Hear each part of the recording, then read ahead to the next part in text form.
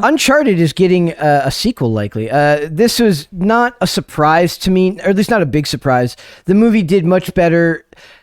Okay, let me rephrase that. I have to sometimes like filter out like what the media sites are saying as like fact, and then what is the actual truth of the matter, which is like the movie performed on the high end of its expectations, but then they always use language like crashes past, explodes past their expected release date income, blah blah blah. They use words that are very very hyperbolic. Yeah. But the movie did much better than they originally thought it was going to do. It opened to 50 million. Now 50 million, that's a holiday weekend. It was President's Day, so technically you count the Monday totals in there as well. And that's strategic. They pick that weekend on purpose. Yes, they do. Right? They very much do that on purpose. So it says, Uncharted sequel is likely. It says, the Uncharted movie starring Tom Holland and Mark Wahlberg is a hit at the box office, which means a sequel is likely. The flick blew past expectations at the box office as it brought in 51 million domestically, way ahead of the low $30 million estimates. Now, what I saw was that it was like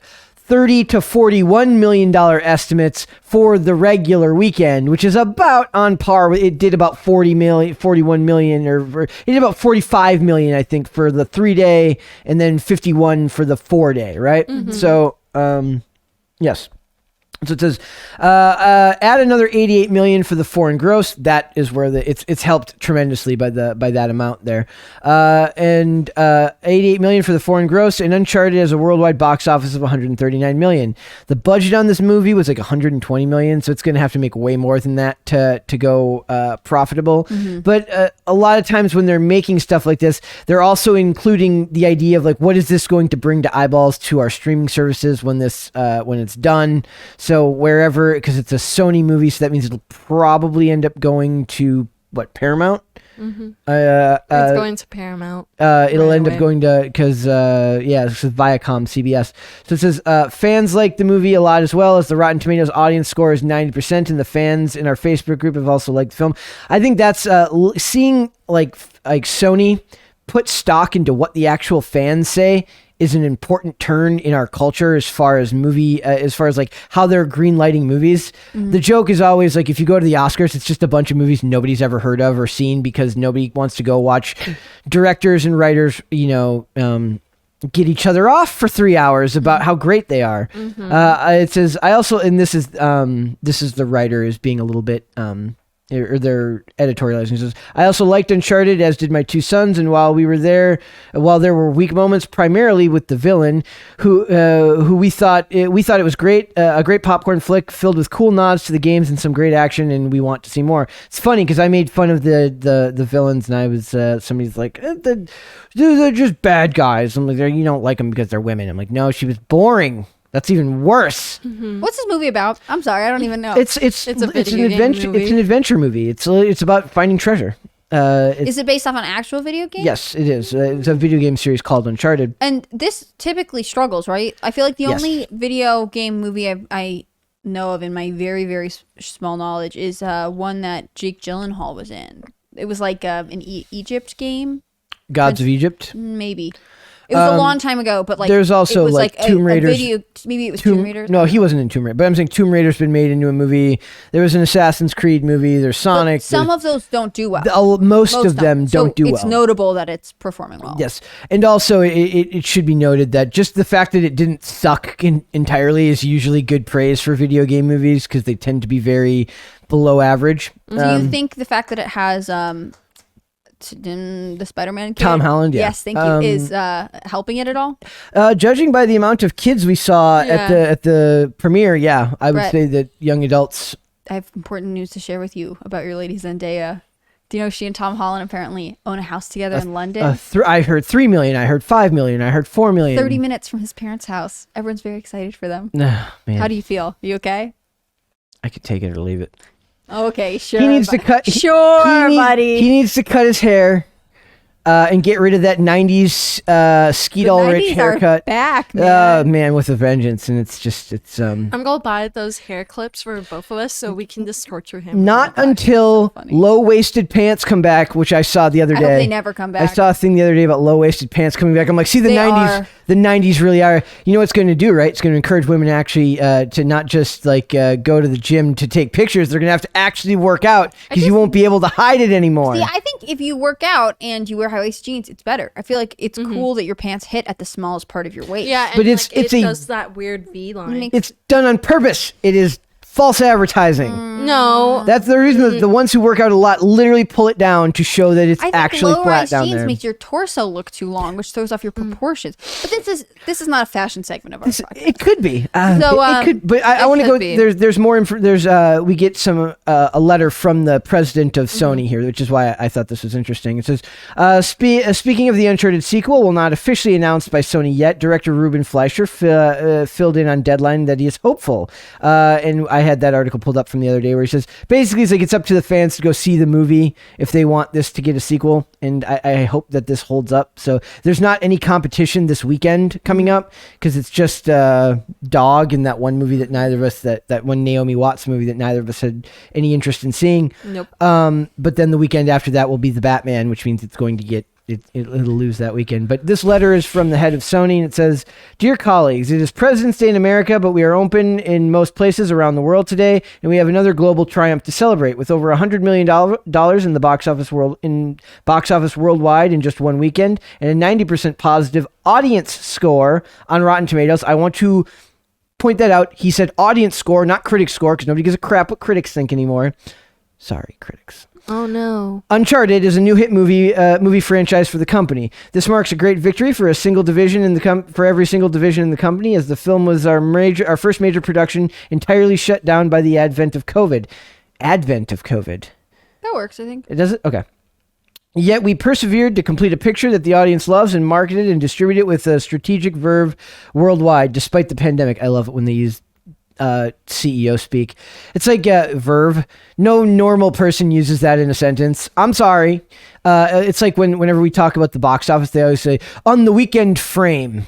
That's what they frame the box office. I love a good technical jargon. Yes, they love I love watch. Somebody needs to make a channel where it's just a guy deciphering CEO talk. You Or should just do that. delivering really plain messages in CEO speak. Yeah, it's like, have you ever heard the one? It's like it's about a guy who's like he's like, how do you best describe your job? And he's like he like makes the ice cream cones at McDonald's. It's like it's really funny. I'm a lactose specialist for a multi-million-dollar company. franchise.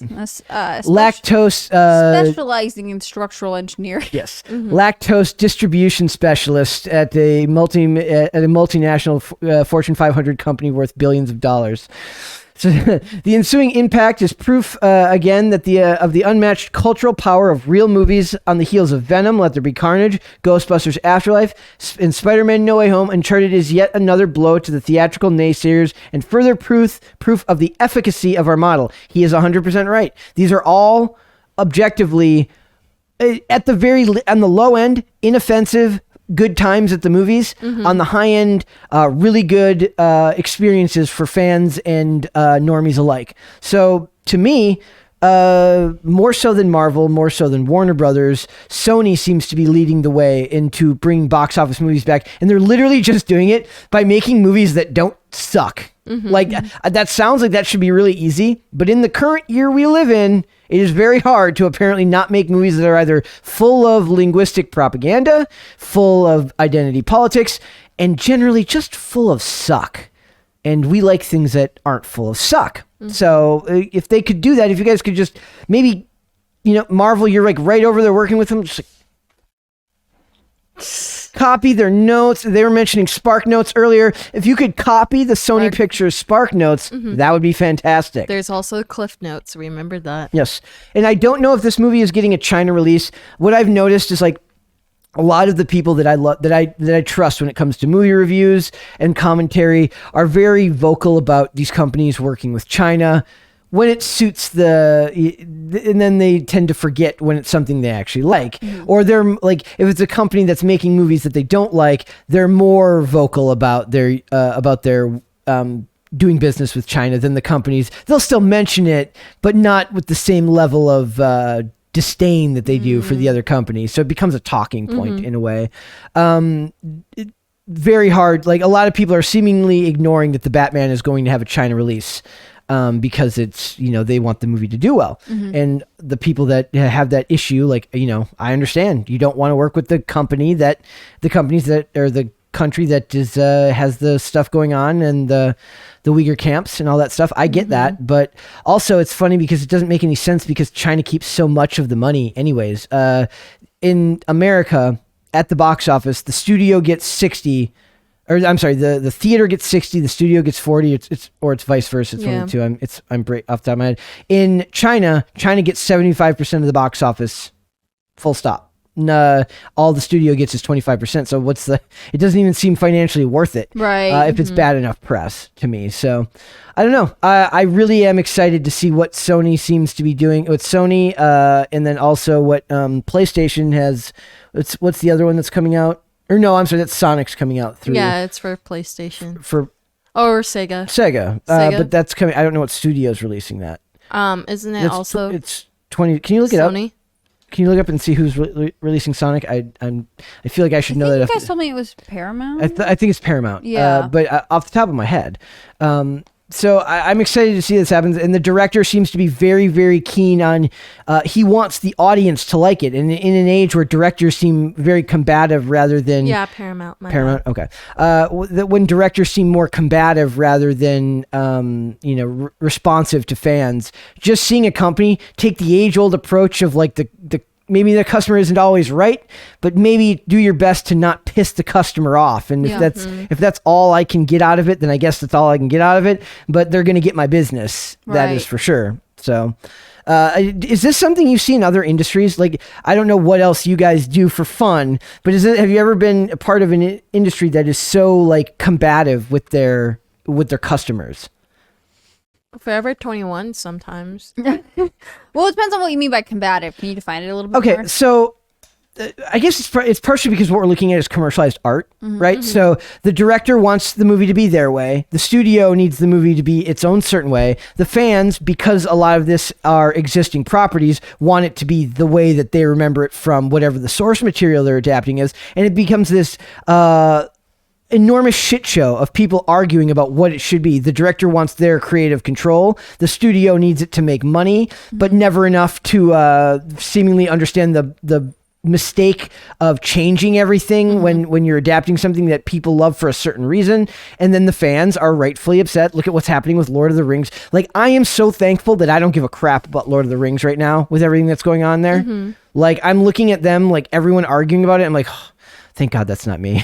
Yeah, I could draw a loose parallel to fundraising. If I'm being honest, like if you are the person fundraising, and it depends on where you are, but if you work for a nonprofit, you have objectives that, while maybe some fundraisers really love the mission of where they work. Other places are like, they're just born sort of salesmen. They are good at like making an ask and getting money, and their interests might differ from like why a person wants to give, who then feels like, because I've given money, I have authority over how the organization runs or things that they do. Okay. And then there are people who are actually managing the organizations who might have opinions about the way both parts of those triangles are operating. So again, like, I think that there is an interesting, like, if your attention is how you spend your money, the fans are like, look, if we don't like it, you can make 87,000 sequels, but you're just putting yourself in the red. Yep. And I think it is, I know you really appreciate this, that the directors are starting to partner with the fans as opposed to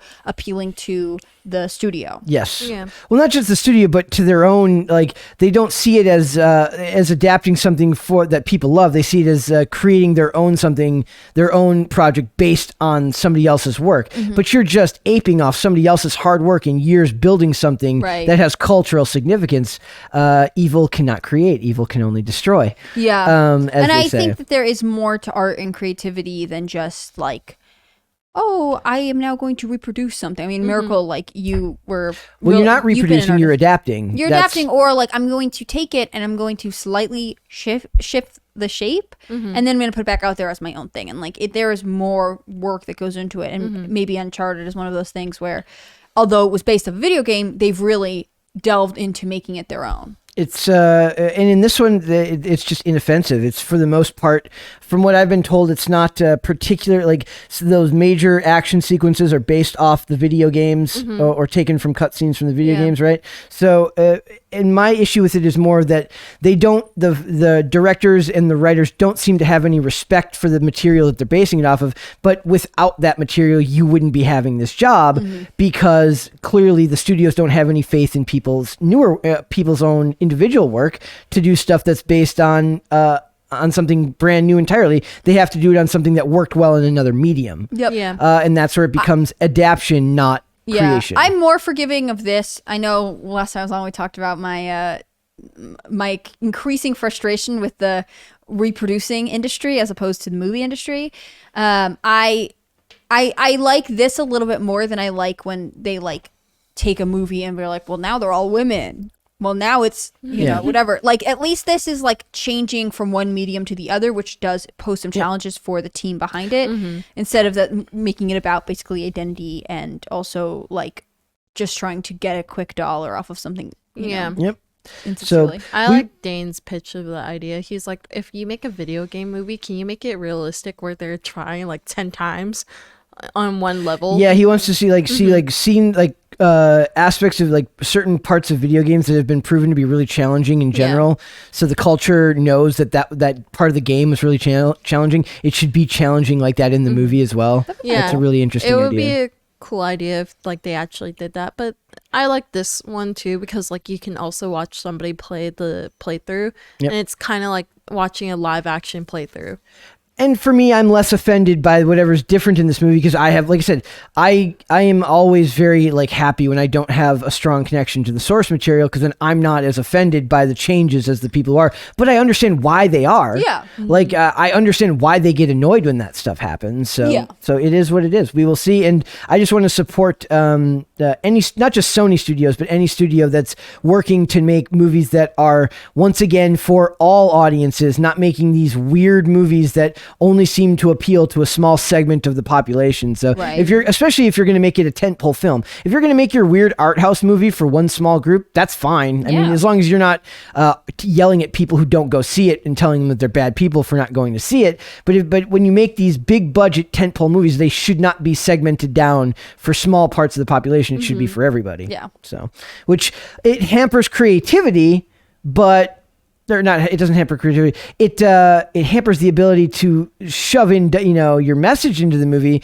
but it makes it more fun. And movies should be fun. I'm sick of edutainment. Thanks for watching this clip, guys. If you want to see full episodes or follow us on social media, links are in the description below. Bye.